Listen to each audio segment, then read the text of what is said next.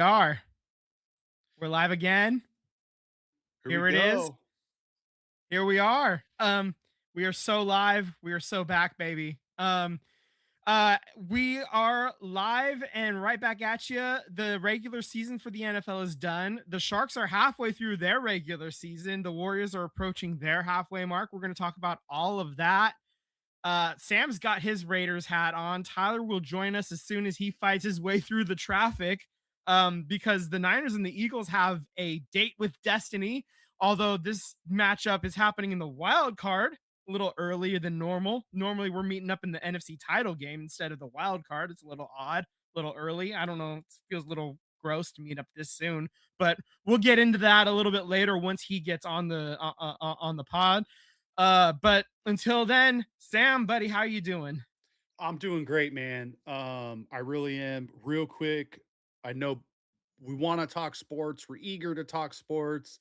Mhm. I wasn't on last week's show, so I just want to shout out my big sis. Her birthday was on New Year's Eve, and I just want to say happy birthday to my sister, who's also a diehard Raider fan, and she's the reason why I became a Raider fan. I remember being a little kid in, like 93, 94, and the Raiders are coming back to Oakland.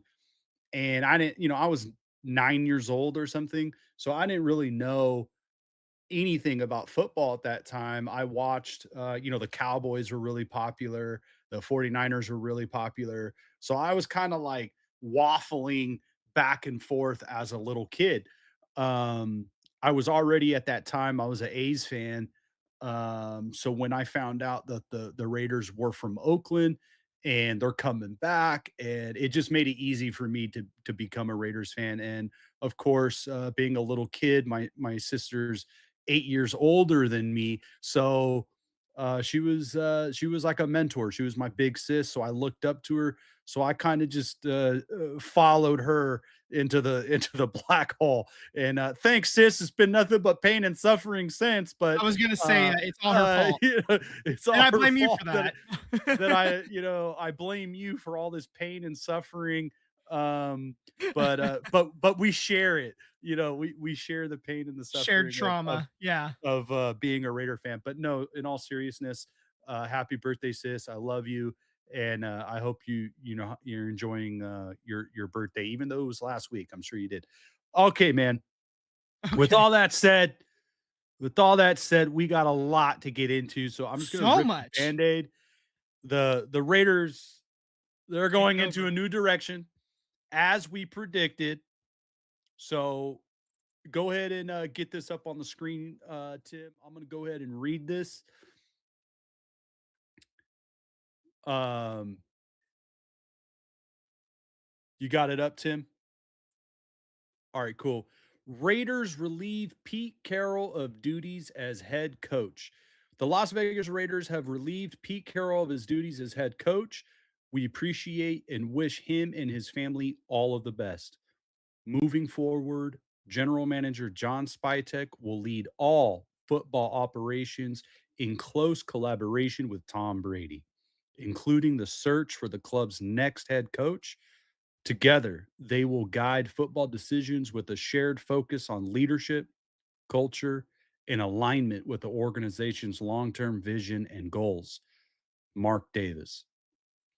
So, yeah, man, it's as we suspected, Pete Carroll is one and done. I was on the record of being very supportive and excited for Pete Carroll to be hired as the head coach.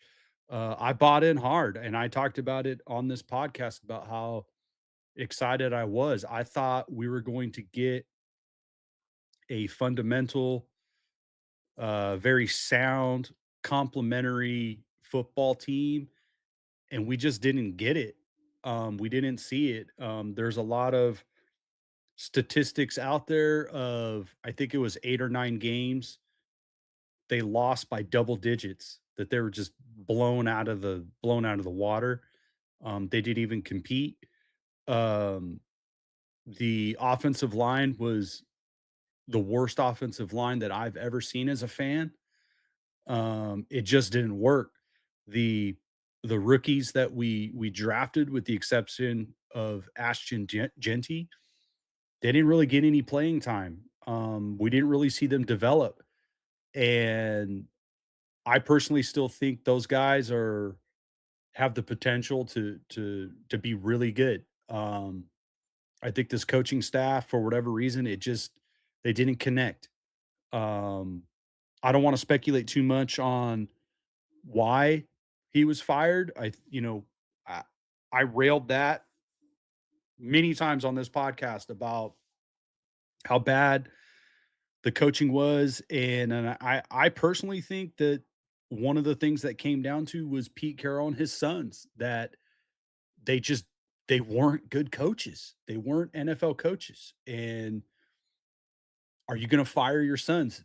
Pete, you want to keep your job? Fire your sons because they're not good coaches. And I don't think any father could do that. So the Raiders moved on, and you compound that with having the number one overall pick, having $100 million in cap room.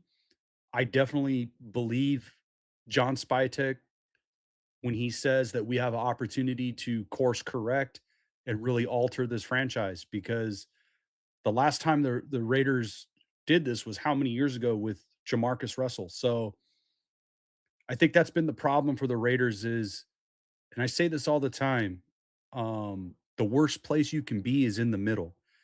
Um, the Raiders were never really good enough to be in the playoffs, but they were never really bad enough to get the number one pick.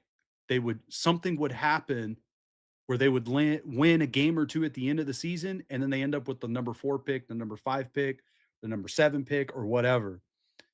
And you see these other teams that were bad, but they get the number 1 pick. They're able to get the quarterback. They're able to bring in some free agents, and they're able to build off of that. And you're seeing that all over the league. I know the Washington Commanders are having a little bit of a down year right now because of injuries and other things. But I think the future is bright when you have Jaden Daniels and you have, a Dan Quinn with a really good head coach. Um, I think with the Raiders, there are some building blocks, but you got a long way to go. Max Crosby, of course. I do not think you should trade him. I think he's still a piece that you build around and build that defense, because he's going to be a guy that your young guys look up to and follow. You need to have somebody that could set the trend. So I would not want to trade him. Ashton Genty, we can debate the order of operations of should you have taken a running back that high. Um, with all due respect, he led all rookie running backs in rushing yards and scrimmage yards. So he had an amazing year with the crappiest offensive line we've ever seen. So Ashton Genty is a blue chip player. He had over 600 yards from scrimmage while being hit in the backfield. Like, that's insane to me that this guy is hit behind the line of scrimmage and he still had 600 positive yards. So Ashton Genty, we can debate the order of operations of should you have taken him or taken a running back that high. That's water under the bridge. He's a Raider, and he's going to be really good. Um, Brock Bowers, we know who Brock Bowers is. He's a blue chipper, and I think obviously he's a core player that you can build around. And there's some other guys to mention. Colton Miller, when healthy, I think he's still really good. And now you have the number one overall pick. Go ahead and bring up that Fernando Mendoza slide, Tim. Um, Obviously, Fernando Mendoza, it sounds like it's going to be that pick. Um, and if the Raiders go with Fernando Mendoza, it makes all the sense in the world to go and get the best quarterback in this draft. I'm not saying he's the best player in the draft, but he's the best quarterback in the draft. and and I wouldn't be opposed to going up and getting him. That's been the Achilles heel for this Raiders team for many years is they don't have a quarterback of the future. For a short time, we thought it could have been Derek Carr, and he broke his foot, and he was just never really the same. Um, but now you have opportunity to go out and get the quarterback. I'm also not ruling out the possibility that you trade down. And I know a lot of Raider fans, they hear that, they're going to say, "You're freaking crazy, man. Shut up. Take the quarterback." I get it. I get it. But I've been saying it since October when this team was was clearly bad. You're more than a quarterback away. You need offensive linemen, you need defensive linemen, you need wide receiver help, you need depth, you need another running back, you need linebackers, you need safeties, you need corners. This team needs a lot. So if you do trade the pick, you trade down, you can add, I don't know, 2, 3 additional first round picks, second round picks. So now you're really adding to the roster and maybe you have enough draft capital for next year to move up in what's supposed to be a way deeper quality quarterback class. I'm not advocating for Mendoza or trading. I'm just saying that the Raiders have options to really course correct this franchise. Um, so that's one thing I'm happy about. Cap room. The Raiders have $100+ million in cap space, giving them the opportunity to add some quality players to this team. Clearly, you got to go out and pay some guys to come in on the offensive line. You might have to go out and pay for a wide receiver. There are some every year. There's quality guys available, so the Raiders need to go out and identify some guys that fit this culture and that can help this team win. Um, Retaining our players. Tim, bring up the slide of the Raiders players that are free agents. Those guys. There's a lot of guys that are free agents that were on 1 year prove it deals. A majority of these guys, I'm not bringing back. Not bringing them back. They didn't really do anything. Anybody who's on the offensive line, thanks, but no thanks. I'm moving on. I think some of the only guys that I would be interested in bringing back is I would bring back Daniel Carlson. I know he missed a few kicks this year. He had the block kick against the Bears. But I thought he came on strong at the end of the year, and especially in the Kansas City game. He was 4 for 4, hit the 60-yarder. And I think with the right coaching staff and some better, special teams coaching, I think he could return the form and become that Pro Bowl kicker again. I would bring back Daniel Carlson. These linebackers, not bringing any of them back. I'd be interested in bringing back Malcolm Kuntz. He was coming off of a severe leg injury, and I think as the season went on, he got better, and we saw flashes of what he once was. And he's still relatively young, so I wouldn't mind bringing him back. I thought Charles Snowden was a good depth piece. I thought he showed a lot of promise. Thomas Booker, the fourth, who we traded for with the Philadelphia Eagles, I thought he showed a lot of promise, and I thought he played with a lot of energy. I would love to see him come back. Cornerback Eric Stokes, I would love to see him come back. He was one of the few corners that actually played well. I know some fans really liked Caillou Blue Kelly, but honestly, I didn't see it.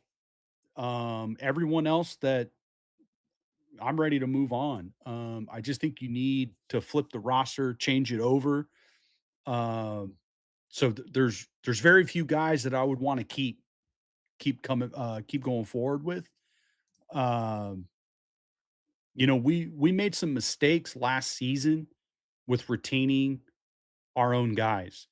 The three big ones for me: Robert Spillane, Divine Diablo, and Trayvon Morig.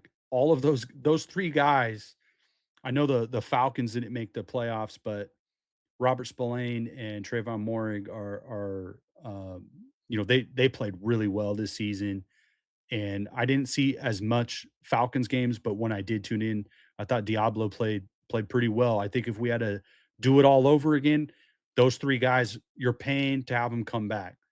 And, you know, with Pete Carroll getting fired, I know it sucks because the problem with the Raiders is continuity, and I get it. You know, these guys, these players, they were on a 4-win team last year, so you had to change over the roster, but you didn't really replace them with guys that are better. Like I said, if we had to do it all over again, I think Spillane, Diablo, and Morig are Raiders, and really contribute into making this team good. Making this team better, because the replacements did not did not live up to the expectations. Moving on, guys, I want to talk about a little bit of potential head coaches. Tim, bring up the slide with head coaching candidates. Um, Personally, on this list, none of them are really exciting for me. I'm not really interested in a lot of these guys.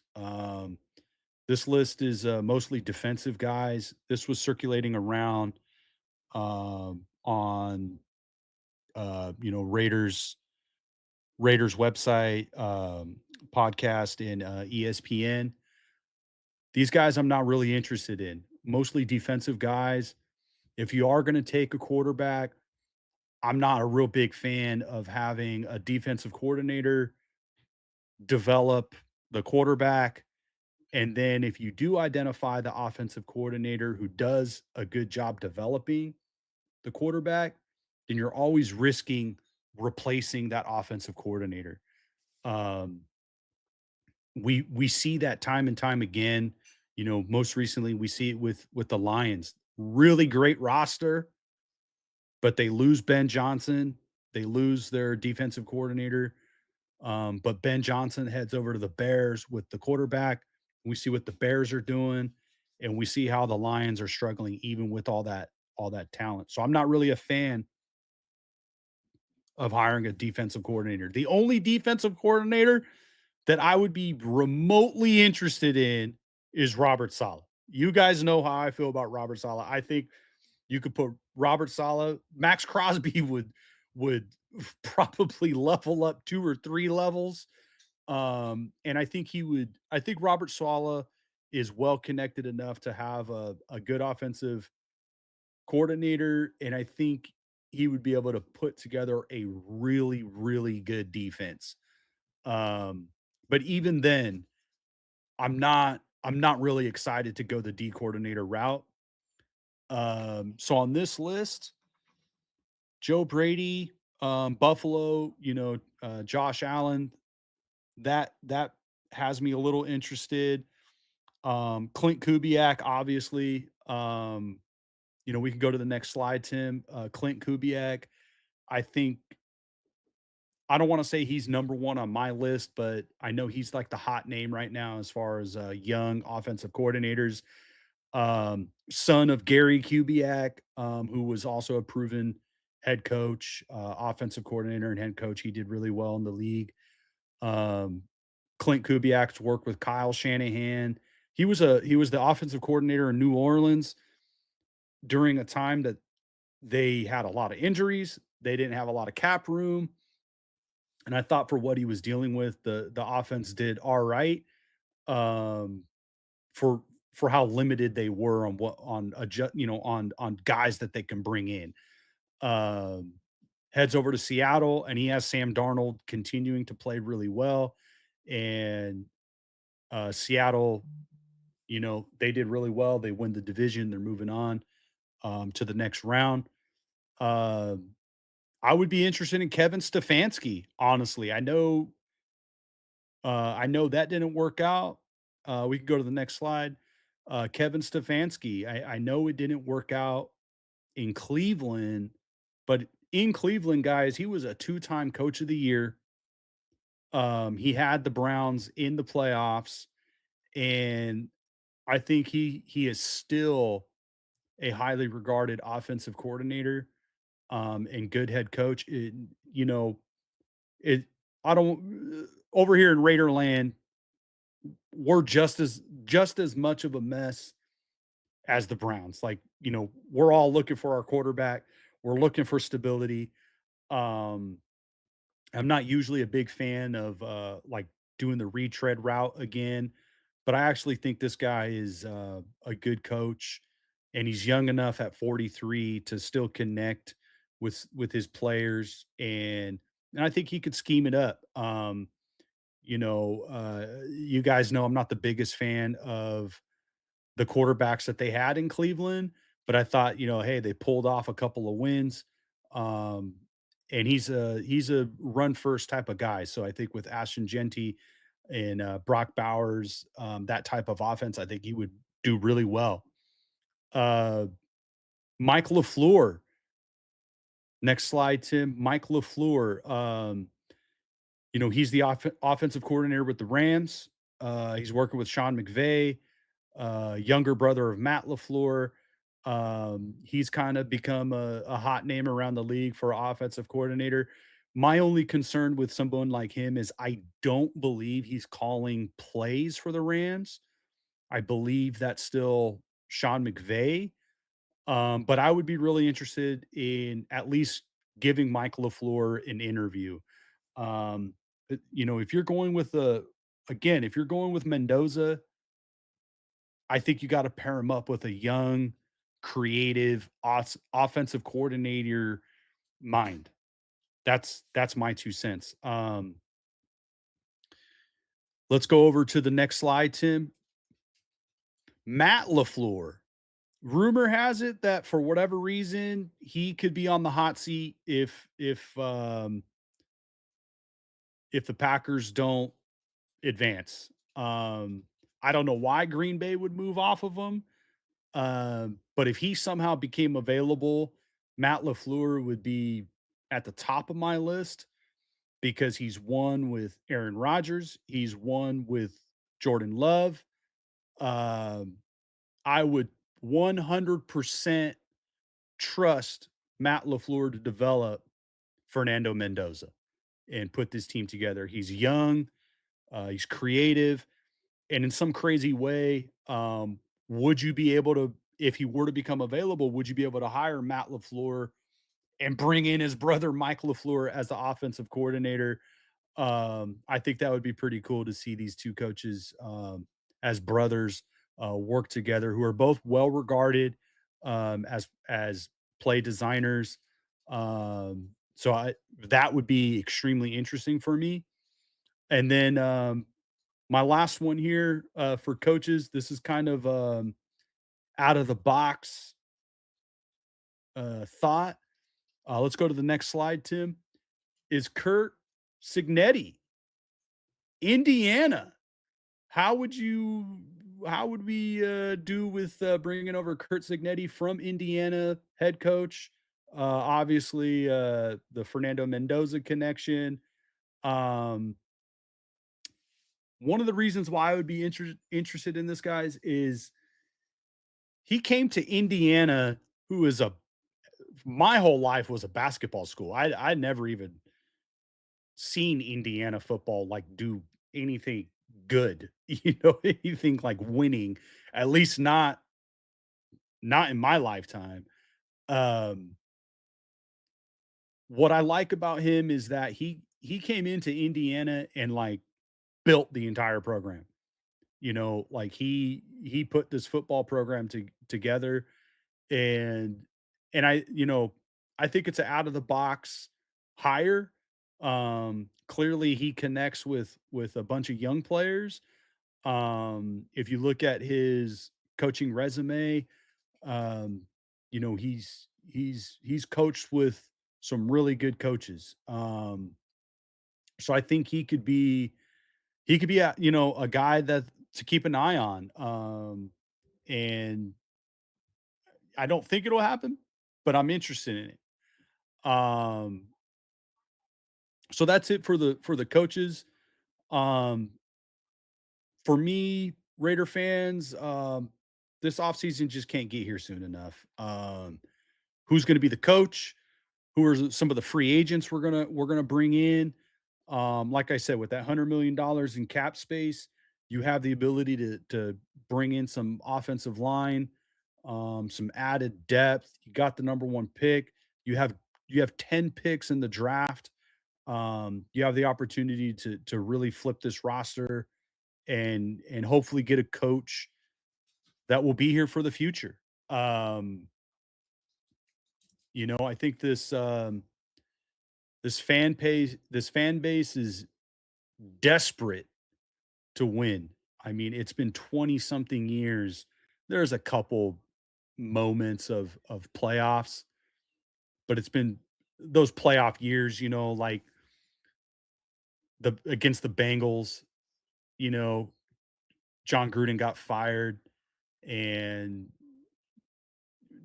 did we really think we had a shot? The Bengals game, I thought there was a controversial call at the end of that game. I don't want to get into it right now, but there was a controversial call. The Raiders lost. They could have stole that game, but as far as being a contender, I don't think anybody believed that we were going to be a contender. We just wanted to see a playoff win. And before that, Derek Carr breaks his foot, and you got to start his first career start is in a playoff game. We knew we weren't going anywhere. So you're talking two playoff appearances in 20 plus years. Um, this fan base is so desperate to win.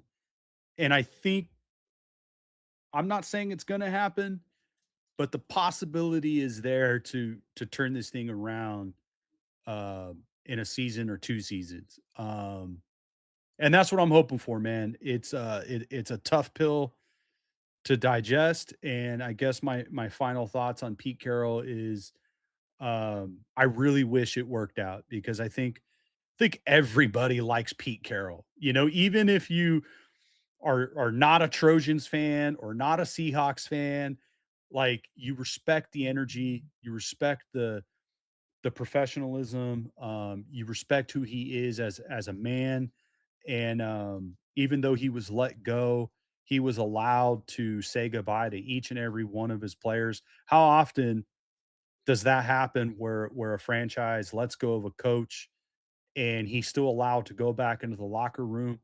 And from what I understand, what was being reported by Paul Gutierrez, who covers the Raiders, he said every single player shook hands, gave him a hug, and he got to have his final speech to the team because they really did want to win for him. It just didn't work out for whatever reason. It just didn't work out.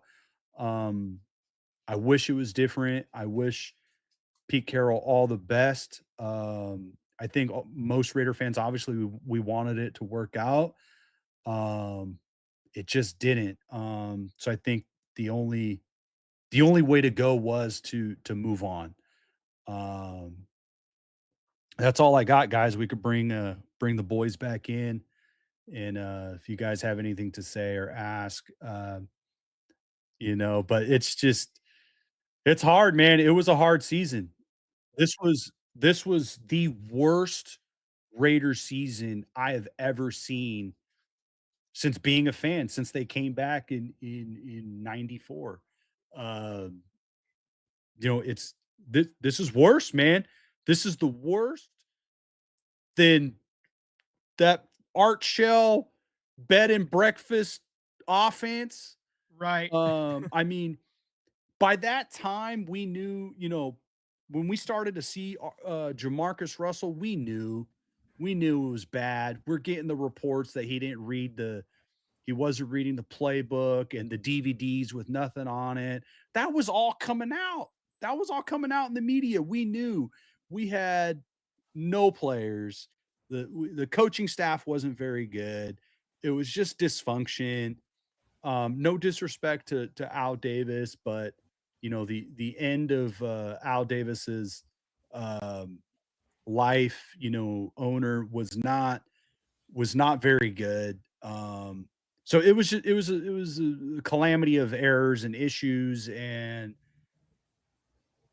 this is brutal, man. This is the brutal. So you get the number one pick, you're able to hit the reset button, and I believe in John Spytek. I do. I believe that he's going to figure this out. I think they're going to get some good draft picks in here, whether that's Mendoza or trade. I do believe they're gonna do right. It's just going to take some time, but I do believe in it. Okay. No, you yeah, I mean obviously you covered it head to toe. I don't know if I dreamt could cover anything more thoroughly than you just did, my friend. I got to spend $60 million on that O line at the worst next season. Yeah, you need got to be able to run the four guys. ball. You need to get four guys on that line at least. I think everybody's seen it. I think you guys seen it. Mm-hmm. Like, we can debate the order of operations of do you take Genty there or in the first round or whatever. Beside the point, he's here. And he has flashed. He has shown he can be that guy. Absolutely. Give him a line. Because if he would have had the 49ers line, I don't think they were rated a top 10. Oh, line. no, they were. If you put that offensive line in front of Genty, he's well over 1,000 yards rushing. Yeah, I think the number one line when it came to rushing was the Bills. The Bills line was the best when it came to allowing opening lanes for the rusher, because Cook is the best rusher in the NFL this year. Yeah, but yeah, you got to put this thing together. You got to turn it around quick, and it's what we hope for, man. Yeah. Well, okay. I finally made it. Welcome everyone. Yeah. Man, that was fun. Whatever, man. Go ahead and talk about your fucking playoffs. Oh man, no. I'm going to let Vince talk about it first, and then okay. I'll come. All right. So before I even get to that, I just really quick I wanted to talk about what I saw on Saturday night. For starters, obviously no Trent Williams and no Ricky Pearsall. That was huge because you couldn't really protect the left side, Brock Purdy, and you didn't have any speed, so you couldn't force the ball deep. So the Seahawks, being a team on defense that is good, they were able to just kind of pin their ears back. They didn't have to protect very deep because you didn't have anybody that could burn and force the issue deep. Brock Purdy was basically just stuck there. He had to try to make a lot of things happen. He couldn't really do that except for one drive. And the one drive where everything was starting to click, starting to look good. You get down deep, and then you on that one pass to Christian McCaffrey. I don't even know who it was, but one Seahawks defender gets he tips the ball just a little bit. The ball still gets to Christian McCaffrey, but CMC bobbles it, and then it ends up not catching it. It ends up being an interception, and then that was our closest chance to tie the game up at that point. It would have if we do end up getting a touchdown. Instead, it's an interception, so that sucked. Instead going the other way on that very same drive later, I believe. No. I actually take that back. Earlier in the game, the 3rd and 17, or earlier in the game, just a little bit earlier. Seattle, the Niners had an opportunity on a first down. Sam Darnold fumbles that ball because he tripped over his lineman as he was coming back. The ball hits Yetur Gross-Matos' arms, but it was a bad bounce. The Seahawks were able to recover it. And then 2 plays later, it was 3rd and 17. Kenneth Walker, he was able to get that 19-yard rush because the linebackers are injured like crazy. D. Winters was out in the second quarter. Luke Gifford also got injured at that point. We're down to playing. Tatum Bethune was in and out of the game at that. I think he was out at that point. He may have been back in. I'm not even sure. But you're stuck playing like fifth and sixth string linebackers at that point. Tatum Bethune does end up having a groin injury by the end of this game. He's out for the rest of the season. So no matter how far in the playoffs the Niners go, he's not going to be part of it going forward, which means Kyle Hendricks, who was, as of Thanksgiving, not even on the team, is going to be the starting linebacker for this playoff game against the Eagles. Don't love that, but it is what it is. That's the hand that the Niners have been dealt. So that's fun. I'm getting really sick of Ricky Pearsall missing games because of injuries and stuff. Trent Williams, when he was out, I knew that was going to be I knew this was going to be a rough game for the Niners with Trent Williams being out, because when Trent Williams doesn't play, the Niners don't typically do well. Just historically since we've got him. So, and the man's our age. So it's time to start looking at possible replacements for him. And the guy that stepped up for him, some rookie, they ended up having to keep George Kittle in to help protect a lot. And so George Kittle couldn't provide that depth because Ricky Pearsall was out. So that eliminated even more, of a deep possible threat play. It's just everything kind of fell into place to really just limit. It just kind of limited everything, and it was this super conservative game plan in general. This just felt like Kyle Shanahan was calling this game to not lose, I guess, or it just felt like a super conservative game plan, and I didn't feel like it was like it felt like there was one in the pocket or whatever. Like if there was one to blow, obviously this is the one to blow, right? Because it's not actually the playoffs yet. It was just, for the one seed and for a rest and to not have to hop on a goddamn plane at all for the rest of the season, right? Assuming you keep winning. But, whatever. We're hopping on a plane to Philly. It is what it is. Let's see. So as far as injuries of the game go, I already talked a little bit about it. D. Winters got his left ankle stepped on halfway through the second quarter. He didn't return to the game. He's questionable for Sunday. Luke Gifford had his quadriceps hurt at some point during the game. I missed that at some point. He's questionable for Sunday's game. Tatum Bethune, I talked about that. He's done for the year. So the linebacking core, Tatum Bethune was the guy who stepped up when Fred Warner was lost for what we thought was going to be for the year. But it turns out if the Niners can get through these through this week, and then if they are able to win in the divisional round after that, that's when the window might open up for Fred Warner in the NFC title game. If we get to that point, that's a whole other thing. We don't even want to think about that until that's even a possibility. You got to worry about what's in front of you first, obviously. But that being said, man, so that's kind of what happened on Saturday with the Niners.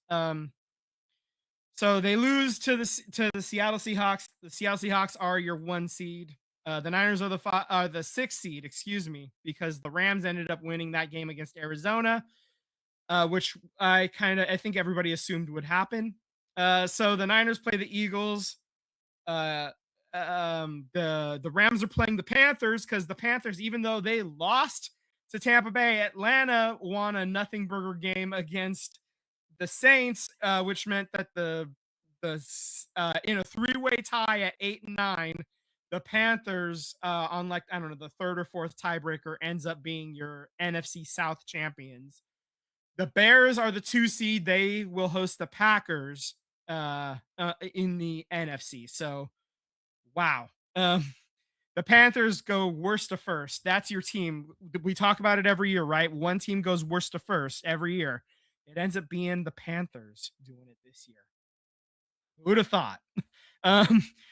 Wow. Okay. So I guess that catches up me. Tyler, what did you think about your Eagles game? I don't know how, your boys didn't even play. So whatever rest that the Niners get from having that extra day by playing on Saturday instead of Sunday, that's negated because your boys didn't even really play. You didn't play your starters.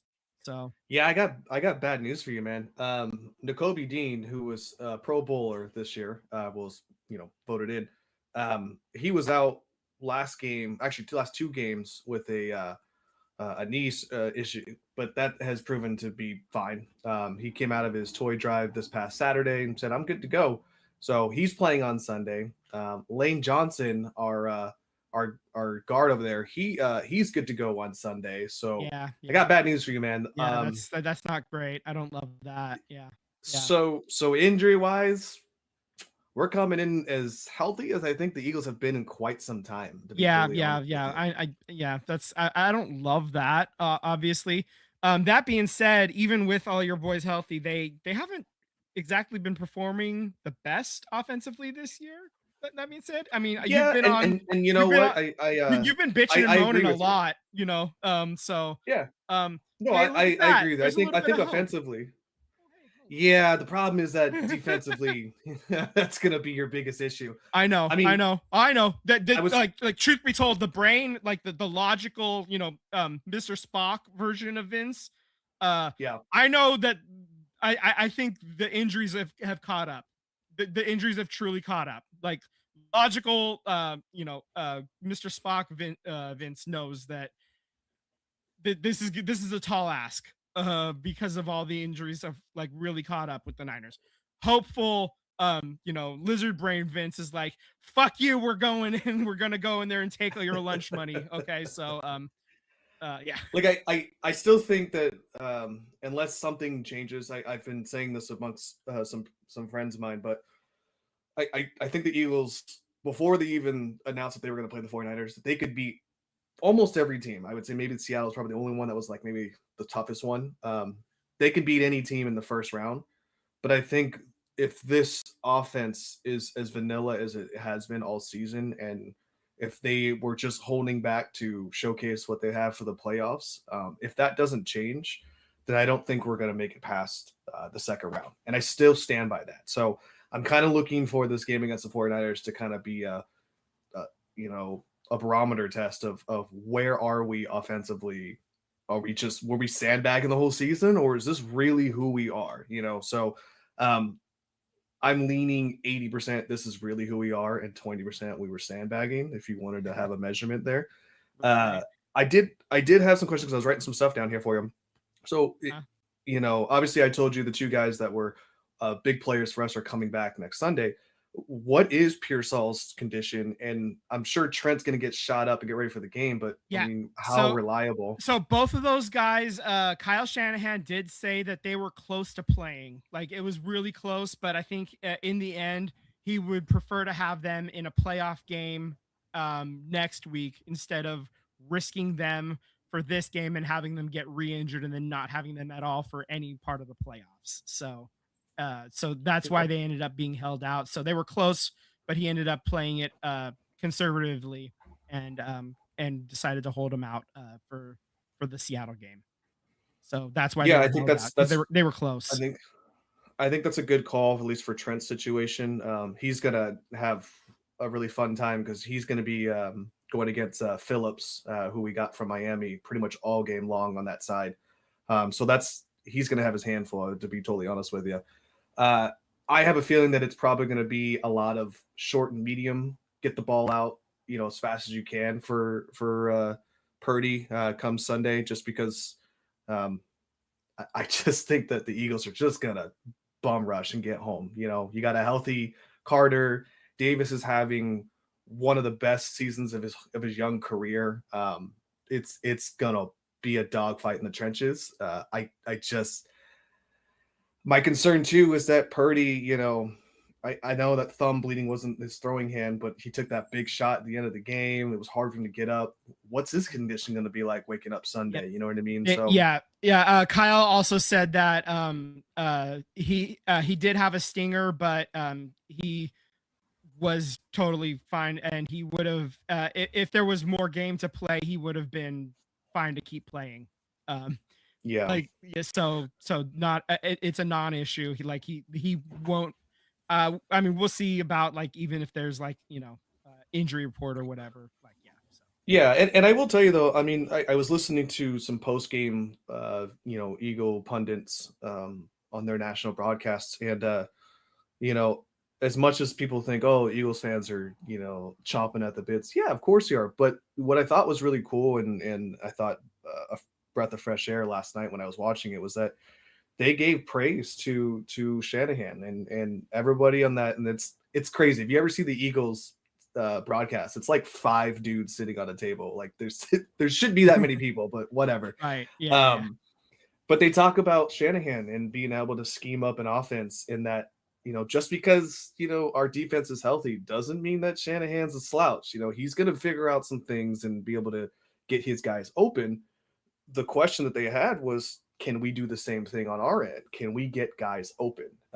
So I do think while it may be a defensive minded game for the Eagles, I think offensively, if we can't seem to get that ball rolling, this game is going to be a little bit more interesting than I would care to have it to be, in my opinion. Right. But that's why they play every Sunday, and I think it's going to be a fun game. I think honestly, no offense to your 49ers, but I think the only team right now currently that's going to beat the Eagles is the Eagles. Like they're going to be the deciding factor if they want to move on or not, in my opinion. So. And I truly believe that there is no such thing as an unbeatable team in the NFL. Like every single team is Sure. beatable. Like every team has flaws, and it's just which team is able to exploit those flaws the best on any given Sunday, as the adage goes. So that's why it's going to be a fun game. It's going to be a fun weekend. Wild card weekend it's the most amount of football. Divisional. I don't love Saturday wild card games. I'm not a big Saturday fan of ones, that. they usually are like they usually try to get those the 7-2 games out there on Saturday. They got one of them out there, and we'll go through our picks in a little bit. But I also think the Monday game, I mean, if you want viewership, I think the 49ers and the Eagle game should have been slotted in there, looking at the matchups, to be honest with you. But hey, not giving you guys an extra day of rest, I'll take that. I mean, we're already getting one extra day of rest. I mean, and that's already one too many as far as the schedule makers are concerned. So So with that being said, we're gonna do our pick'ems again this year. So in years past, what we have done is in the wild card weekend, every correct game picked is worth 1 point. In the divisional round, it's worth 2 points.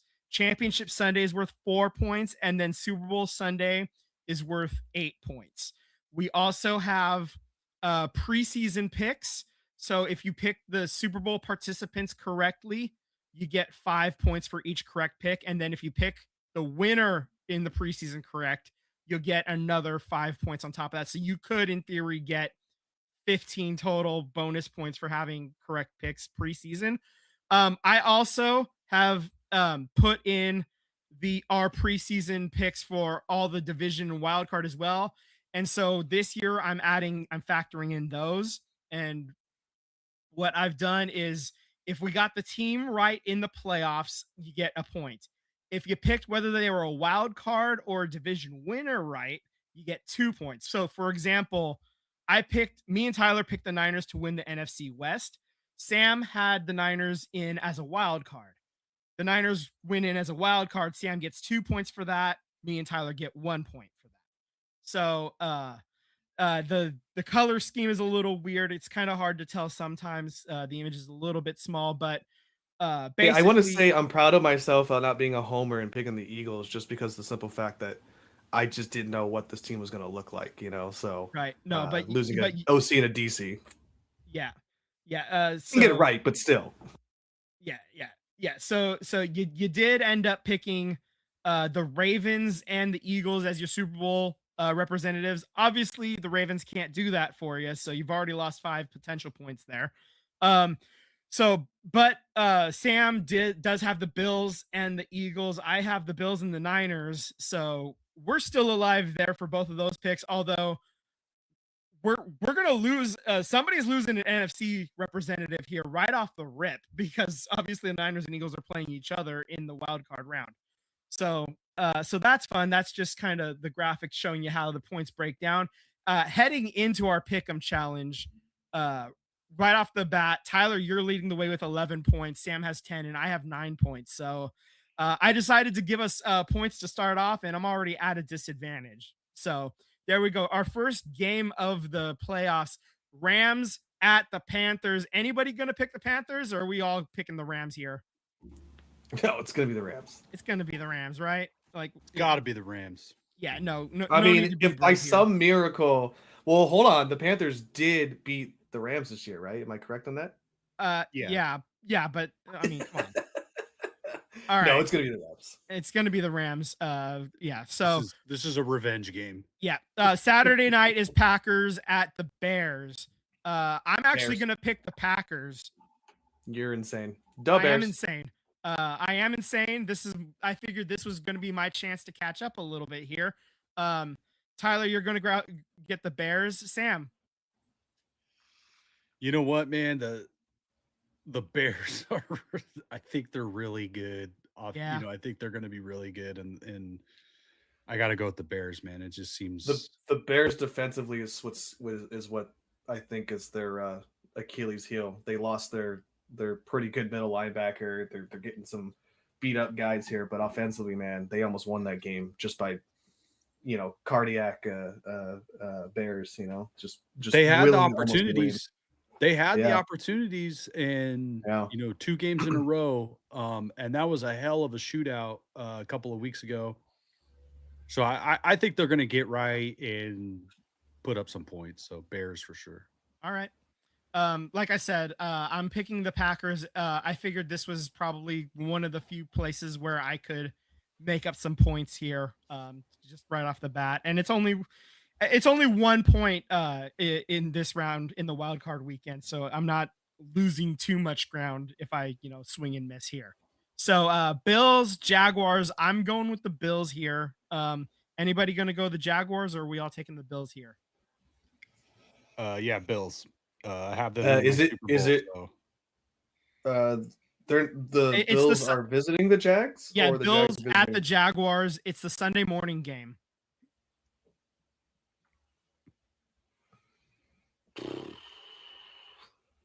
I'll be honest with you, man. Like, Josh Allen can do some questionable things in the field. You're like, what are you doing, dude? And then there's times where you're like, Jaguars defense looks really good, and then there's a lot of times you're like, what is happening? Like, that's honestly, it could be a coin flip given that it's a morning game. My gut says to go with the Bills, but I think I'm gonna go on coloring outside the lines here. I'm gonna go with the Jags.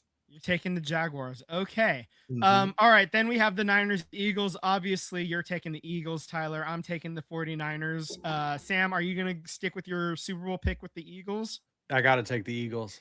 Fair enough. I figured that would be the pick there, and that's totally fine. All right. Chargers, Patriots. That's the Sunday night game. Patriots. I've got the Patriots. I've got the Patriots. Sam, you've got the Patriots. Is the Empire back, Tyler? Are you going Chargers? Are you? No. I just remember that they got absolutely manhandled against the Broncos this past weekend. So no, I'm going to take the Patriots. Yeah. Okay, and then we have the Steelers and the Texans. I picked the Texans on this one. Anybody brave enough to pick the Steelers, or are they one and done again? Texans defense is just gonna eat. Yeah. Yeah, I know, right? Yeah. All right, so we're all in agreement on the Texans, the Patriots, and the Rams. I went different on the Bears and the Bears-Packers game. I got the Packers. And I went different, obviously, on the Niners and Eagles. And then Tyler went different on the Jaguars versus the Bills. So there we are. There are our picks. Obviously, the Broncos and the Seahawks await us. Yeah. Next week. The Bills are just going to find a way to be the Bills in the playoffs. I don't know how they do it, but they always seem to do it. Right. Okay. So those are the picks, and we'll have the totals, and we'll recap next week. And we'll see how we're doing. Okay. So, man, that's an hour's worth of football. Just real quick, just to recap, Black Friday, obviously some coaches have gotten fired. Earlier this season, the Black Giants, Monday. yeah, Black Monday. The Giants and the Titans fired their head coaches earlier this year. The Atlanta Falcons fired head coach Raheem Morris and their GM Terry Fontenot. The Browns fired Kevin Stefanski. The Raiders obviously fired Pete Carroll. We talked about that. And the Arizona Cardinals fired Jonathan Gannon. They're dancing in the desert over that one for sure. So, yeah. There's probably some more coming down the lane, maybe. Yeah, I think the Cardinals. I mean, not to keep this show going longer in the NFL, but I think the Cardinals are kind of maybe doing something that like the Raiders are going to do. You know, obviously they're not going to be able to draft a top quarterback given the strength of schedule that they play in, and it really just screwed them as far as a draft pick goes. But I think that they're trying to maybe find themselves a different coach to go along with the new quarterback so they can kind of tie things together and just have it mesh together. Because obviously Gannon is a good defensive coach, but it just didn't work out with Kyler Murray. And I think Kyler Murray is the issue. It's not the head coach, but nonetheless. He can always play baseball, though. His rights are still with the A's. He could go there if he wanted to. He could. All right. Okay. So I think now it's time that we switch gears over. Let's switch gears over to hockey. Okay. Sure. Okay. Let's do it. All right. Throw that over there. Okay. So the Sharks. Let's start off the top. Macklin Celebrini is going to the Olympics. All right. He was named to Team Canada. He is he's the youngest player ever at 19 years old to make Canada's roster in the Olympics that featured NHL players. Okay. So obviously there have been some Olympics where NHL players had not been featured. And so obviously that doesn't count. But like when NHL players have gone to the Olympics, there's never been anybody younger than Macklin Celebrini because for some stupid reason in 2006, Team Canada didn't bring Sidney Crosby like a bunch of idiots. So this is. I do find it interesting that the Canadian, I don't know what you want to call them, the delegates of the hockey of their national team, that they came out on record and said that they didn't even care to look once at Connor Bedard. I thought that was weird to announce that. Yeah. You know? Why would you even say that? Like it's so. Yeah. It's so dumb. So right. Dumb. Like anyway. So congratulations obviously are in order to our boy Macklin Celebrini. He absolutely earned it.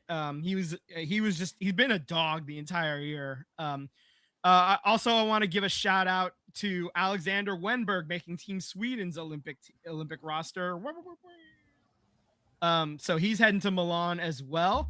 And to celebrate that, he signed a 3-year, $18 million extension. So he's going to be with the team, with the Sharks for another 3 years, and the first 2 years of the contract are no movement clauses. So he's definitely going to be here for 2 more years after this one, unless he waives that no trade clause. And then after that, there's like a 12-team, limited no movement clause, so he can like say these are the 12 teams I won't go to. So after that, so that's great for him. He gets a little bit of to build roots here in the Bay Area. You know, he says he loves it here. He felt really like at peace. He loves it here. It's funny, when players come here, they tend to stay here. A lot of guys, they come here, they love it here. There's obviously pressure to win, especially historically there's been a lot of pressure to win. But then also they get to kind of live their life a little bit, guys. The fans want them to win, but also they don't bug them a whole lot outside of whatever. I remember when Brent Burns when he first came here, he literally put it out on Twitter, hey, where's like some good mountain biking places in the area, and some fans like said, hey, here's some good trails or whatever, and then like he actually like went out and mountain biked with a couple of fans or whatever when he first came over. I just remember stories about like that, and just like different run-ins with fans and stuff is usually pretty pleasurable. It's been all good feelings so far for the Wenbergs here.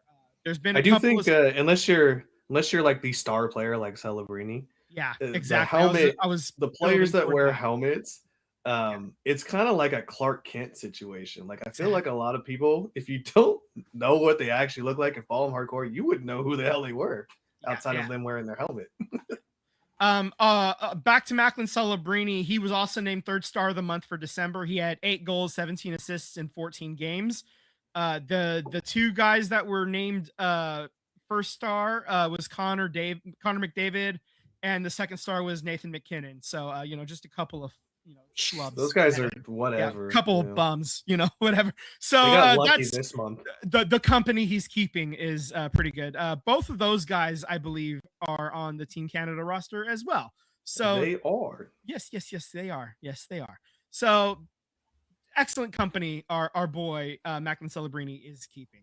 So back to the team.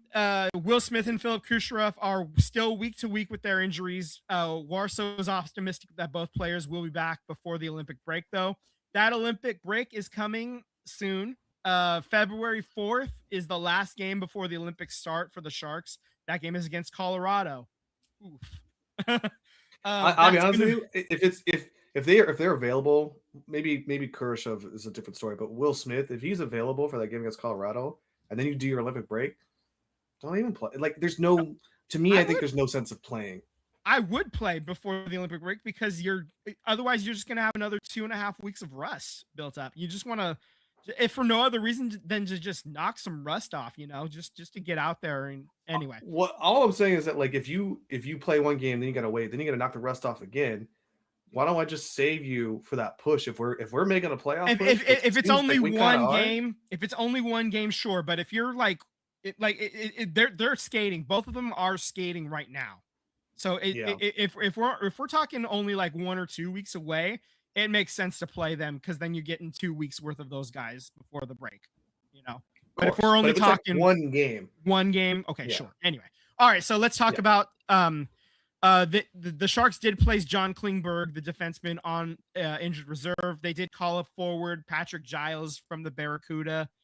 So the already kind of thin defense core gets a little thinner. Yeah, it didn't make much sense. I mean they do have like 8 defensemen on the roster right now, so it does make a little sense just to just bring up another guy. I'm saying, Vince, it doesn't make sense because I want to see Musty up here. God damn it! Well, Musty's helping the Barracuda with their playoff push. Anyway, all right. So the week that was, you get the win at Anaheim, 5-4. So the Sharks had a 4-1 lead. Anaheim did make it real interesting. Celebrini took a puck to the eye in the third period, but hockey players are tough. He goes, gets that stitched up. He returns to the game. In that game, though, the Sharks only had 13 shots on goal. Anaheim had 42. And they are, last I checked, overall, they're like second worst in the league in terms of shots on goal versus shots against on goal. So that's very tough to win games when you're giving up so many shots against you, which means, Askarov and Celebrini have to be extremely on point. They got to be very, very efficient with their, they got to be on their A game. Otherwise, it's going to be a long day at the office. We'll talk about that in just a second. They get the win in the shootout on Wednesday versus Minnesota. So they end up sweeping the series against Minnesota, and that win was the 20th win of the year. I love Celebrini, but man, he almost blew that game for us. That 20th win of the year, that was the win total from last year. So, and that Wednesday, that was still 2025. So they matched their win total before the clock. They're entitled to the entire 2024-25 season. They matched it in basically the entire length of the 2025 portion of the 25-26 season. So that was very nice to see. So basically half a year, it took them half a year to get the entirety of last year's win total. Love that. That's great. Awesome. I love, it's good to see that progressing in the right direction. Oh, but it's again, you're up 3-1 in the third, but you surrendered a late lead. You rebound, you get the win in the shootout though, so that's great. Celebrini and Eklund scored in the shootout to get your shootout victory. Askarov wasn't exactly the best in terms of save percentage, only 870 save percentage, but that's okay. Well, that's because he threw it to a Wilds player behind the net. What are you doing? Yeah.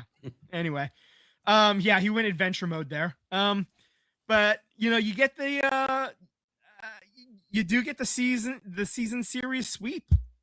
All those games were in overtime, so or the shootout, but you did get the season series sweep against Minnesota. So that's a weird anomaly on the season, and you may end up seeing Minnesota in the playoffs if you do make it to the playoffs as like the second wild card team. You may end up playing Minnesota. Who knows? Anyway, so on to Saturday, you lose 7-3 against Tampa Bay. Askarov started that game. He was pulled after allowing 3 goals in the first 7 minutes of the game. But in that game, all 3 goals were scored by Pavel Regenda. So you got a hat trick from Pavel Regenda. That's fun. Celebrini did have an assist in that game. Liljegren and Skinner had 2 assists as well. Nedeljkovic comes in and saves 12 out of 16 shots. So he didn't do much better than Askarov did. But as far as the standings go, you're currently sitting 6th in the Pacific, 9th in the West, though, because the Pacific is just so compacted. Wait. We're not going to talk about how Eklund stood up for our boy. I was getting to that. Okay. I was about to get that. So in that Tampa game, Celebrini, Tampa was taking some cheap shots. And so Eklund and I thought they were legal hits. They were legal hits. They were legal hits, but they were opportunistic. Let's phrase it that way. They saw opportunities to get a little extra, to put a little hot sauce on our boy. And the Sharks players did not take kindly to that. And so Ostapchuk tried to get a fight started. Tampa Bay Lightning players were not willing to engage. So Eklund took matters into his own hands. Ryan Reeves, who may actually be he may have the single greatest face turn in San Jose Sharks history. He was a villain 7 years ago. If you would have told me 7 years ago that I would be considering buying a Ryan Reeves San Jose Sharks jersey, I might dick punch you, he's definitely the guy you hate when he's not on your team, but when he's on your team, yeah. But he wasn't having it. This is a face turn. This is a full-on wrestling face turn. I am ready to ride for Ryan Reeves right now. I don't understand it. And I if you talk to teams that he's been on, maybe players of fans from the teams that he's on, I think they still love him too. That's the thing. So unless you're talking maybe Vegas fans because they're evil. I don't know. But I just, in my defense, I do not think kindly of Vegas, of the Vegas Golden Knights fans. So there you go. Anyway, so that's just, it was nice to see the team, even though it was a blowout loss against Tampa Bay. They definitely showed some fight. You're going to get a chance to play them again in a couple of weeks in their home. And so maybe we get to return the favor a little bit, just kind of show that fight again. And, maybe throw a couple of opportunistic hits back their way. Obviously I don't want any cheap shots, no headshots or nothing like that, but you see the opportunity to, pop somebody against the glass, my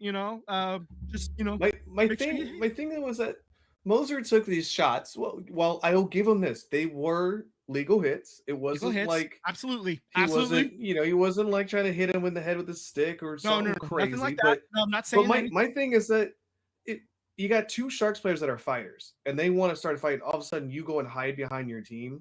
That's Bush League. If you want to go and hit the star player, stand up for it. Come on, man. Don't. You know what's gonna happen if you're taking taking runs at the star player. You gotta know it's coming. You know. Yeah, you know the Bills. You know what you're doing. You know what you're doing. That's ridiculous. Don't. On the broadcast, Drew Remenda talked about this. That this is not new for Tampa Bay Lightning. Like, this is kind of what they're known for, and that, like, he was talking about other teams that were in the same situation as the Sharks, that, you know, the Tampa Bay Lightning, they're going to get chippy little shots. And when teams get upset about it, they're I don't know. We're just playing the game, you know? So from what I understand, historically, this is what they do. It's a Florida thing, because the Panthers do it too. Marchand has been hurting people left and right, you know? Yeah. So. Right. That's exactly what he talked about. That they both, you know, whenever it's Panthers versus Lightning, they're both getting getting shots in, and then they get upset with each other. Like, you know, so if you're going to go after Celebrini, who is obviously the golden child of this franchise, like, this is what you're supposed to do. You're supposed to protect the guy. So, like, exactly. Fine, get your shots in, but every action has a reaction. So, that's right. It's basic. Yeah, physics. I guarantee you, Moser is going to feel it the next time the Sharks play. Reeves is not going to take that lightly. I guarantee you. We're going to probably start the game with. I would start Reeves. Yeah, just go after Moser. Even Moser's going to fight. Be like, just like have him skate after and be like, "You're coming. You're mine." Yeah. I mean, they're going to be in Tampa in a couple of weeks, I believe. So, we're going to see what happens. The Sharks would have to put their line out first, so we'll see. We'll see what Tampa counters with. But it could be a thing where you may start a certain line, and then it may be an immediate change as soon as the face-off happens. And you just get the right line. Third or fourth line is starting. Yeah. I may put the fourth liners out right away and just see what John Cooper wants to do, the head coach of Tampa. But January 20th, Vince. Yeah. See, exactly. Like I said, January 20th. It was a couple weeks away. It's the 5th right now as we're recording this. So upcoming games this week, though. You're at home hosting the Columbus Blue Jackets. That's my win of the week. I'm just calling, and that's Tuesday. I'm just calling that one right now. I'm taking the easy way out right now. Then you're at the LA Kings on Wednesday.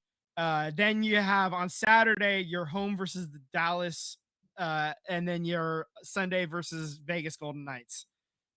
So you got 2 back-to-backs this week. You got Tuesday, Wednesday, and then Saturday, Sunday. I was there at that Dallas game, and that team the Sharks were extremely upset that they lost that game. So I think there is a payback due. So I'm taking Dallas. Okay. You know what? We got to get over the hump and beat the Golden Knights. And it starts on Sunday. I want you to be right so bad, dude. I want you to be right so bad. Yeah, so for the standings so far for win of the week, I have 7, Sam has 6, Tyler has 4. I want us to be 8, 7, and 5. You know, like I just want everybody to get one I just want to keep adding to everybody's total. I don't want to like run away with this thing. I want, I just want us to keep adding to our totals for everybody. Don't worry. I don't want you to run away with it either. No, I want you all to stay within distance of me, and not because I'm getting them wrong and just, we're just kind of staying static. I want to keep getting points, but I want you guys to keep getting points with me, So, sure, so there we go. Okay. That being said, I think it's time to switch gears to basketball real quick. Let's talk Warriors. That's right. Breaking news. The last place Hornets just beat OKC by 27. Son of a bitch. Did OKC sit and rest every single one of their players? Yeah, Jesus. Christ. I don't know how that happened. Okay. So over this past week, last week when we talked about it, we wanted the Warriors to get two. 2 out of 3, right? That's what we talked about. 2 out of 3. 2 out of 3. We wanted 2 out of 3. That's what we got, right? That's We exactly got what we got. we got the win over Charlotte, 132 to 125. We took the loss versus OKC. Kind of saw that coming. It was the first end of a back-to-back. And then you get the win, 123 to 114 versus Utah. Draymond Green was ejected with about 2.5 minutes remaining in the second quarter after arguing with the refs about a non-call on 3 in the key on Jazz center of Kyle Filipowski. He got a technical foul, then was quickly given a second tee and shown the door. That's his 9th technical foul of the season, and 16 fouls. Technical fouls leads to an automatic 1-game suspension. Just kind of a reminder there. So he's more than halfway there. He's kind of living on that prayer. Wow.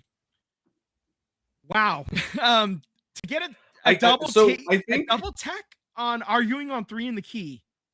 What are we doing? Yeah, here, I mean, look, the reports come out that the players said that they say that he didn't say anything that they would say would grounds for 2 technicals. Certainly a technical, he was barking, but he didn't say anything that was malicious or cuss words or anything at the ref. But who knows?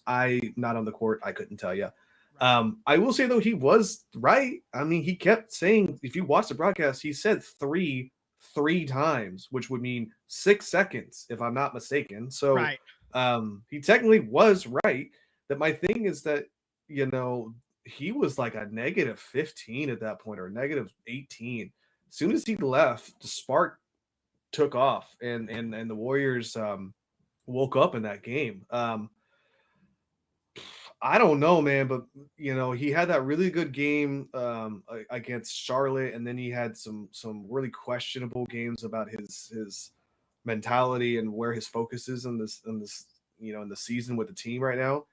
I don't know if there's rumblings in the backgrounds that he might be traded, talking in the organization, but it does seem like there's a lot more in his mind than there has been recently. And I'm still saying that I'm still praising what he did to handle himself, to remove himself from situations, but I wouldn't be shocked if Draymond gets moved, in the sense of maybe you get some. The Warriors are a 500 team. Okay. They're not, unless by some miracle they go on this ungodly run like they did in 2023. I mean, they're not winning a championship. Right now, they're 2 games above 500. If they're currently down 4 points right now. They're halfway through the second quarter against the Clippers on Monday as we're speaking right now. So just kind of as we're level setting, if they do end up winning this game, they'll be just 3 games up above 500. And as far as where that puts you in the standings, they're currently sitting in 8th, but they're still 2.5 games back of 7th. So they're not catching 7th anytime soon. You still gotta catch fire just to catch 7th, and 7th then is still a game and a half back of 6th. So just to get out of the play-in tournament, you're 4 games back. So yeah. I guess my thought process is a lot of work to do. Can you move Draymond's contract to acquire draft picks and maybe some younger talent? You got to make the money match. So maybe you got to definitely get a third team into the mix here, but maybe even a 4th team or 5th team if you're Klay Thompson. I just think that, can you move $30 million and maybe you don't get a star player back, but maybe you get some draft picks back and some capital that you can work with? I just don't see where our GM can get out of this hole. We're just in this rut of being in the middle, and it's like something's got to move. You either wipe out the whole team or you move on from a star player that's going to piss off the organization, or its fans, but at the same time you're building for the future. I'm sorry. You're do you really think people would be upset though if you move Draymond Green or anybody not named Steph Curry? I think you're going to still anger some fans, look, I know Monte Ellis is not really the greatest 1-for-1 comparison, but were you going to win a chip with Monte Ellis? No, you weren't going to win one, but there's still fans. Like Monte was he was the one thing we had. Right. Pre championships. because he was Sure. like the scoring guy and he was our guy, Sure. and I remember I in took some retrospect, heat. nobody gives a shit anymore. I took some heat for defending that trade at the time. And it's like I just remember being on Facebook defending that trade for my life, and then like just coming back to that post like a couple years later, just Yeah. like coming in like a champ saying just like told you so. I Because remember when all I'm that trade saying, happened. I remember when that trade happened, and I got it. I get it that Monte was our guy. I definitely felt that. Mhm. But you got a big, you got a real big, and Mhm. at the time I understand that Andrew Bogut his health was questionable. But I go, yeah, but if you get like 50, 60 games out of him, you got a big, you have yeah, a legit center. So I don't know if I don't know if any other team is willing to help the Warriors. Like, do they look at Draymond or even Jimmy Butler as an asset that's going to get them over the top? And they're both contracts that don't expire. So you're not really yeah, helping those teams with like giving them an expiring contract. Yeah. And then the rest of the league, what do they value? What value do they put on somebody like Pods or Moody or Kaminga? Like, if you're going to get something of value, even if you value an expiring, you have to make the money work. Are you going to do they value Pods and Moody and those guys to give up an expiring or whatever or picks? I don't know, man. I just feel like the Warriors are on no man's land, and I'm sure they're going to find a move or two. I just don't know if it's going to be a move that really. I think it's going to be the same as last year. It's a Jimmy Butler type trade that maybe gets you marginally better.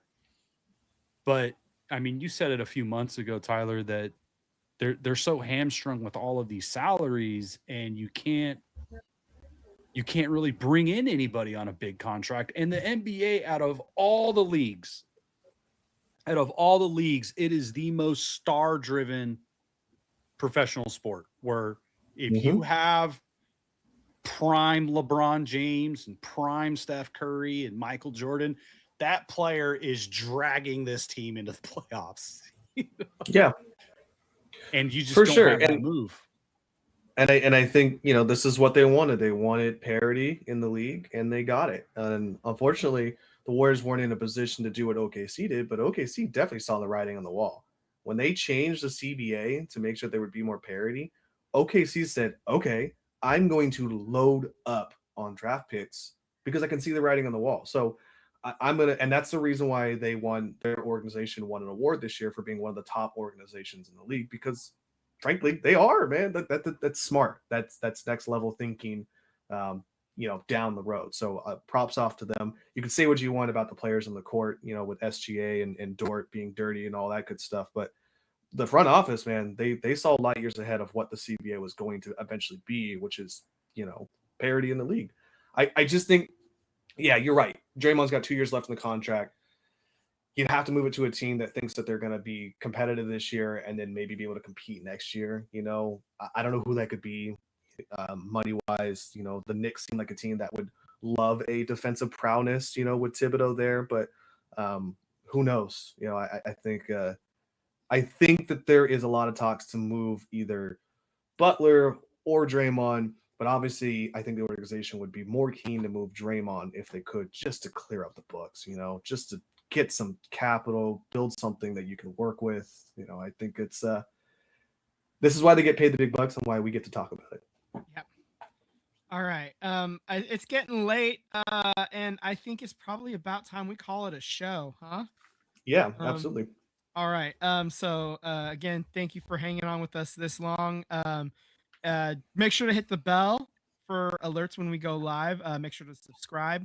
Thank you for checking us out. We're gonna break up this show into smaller segments too. If you couldn't hang out with us for the entire time, so check those out. Give us a like on all of those as well. Check us out on the social media too. So at SVT Sports Pod. Thank you for hanging out with us, and we'll catch you next week. FJF, and have a good night. Good night, Go everyone. Birds.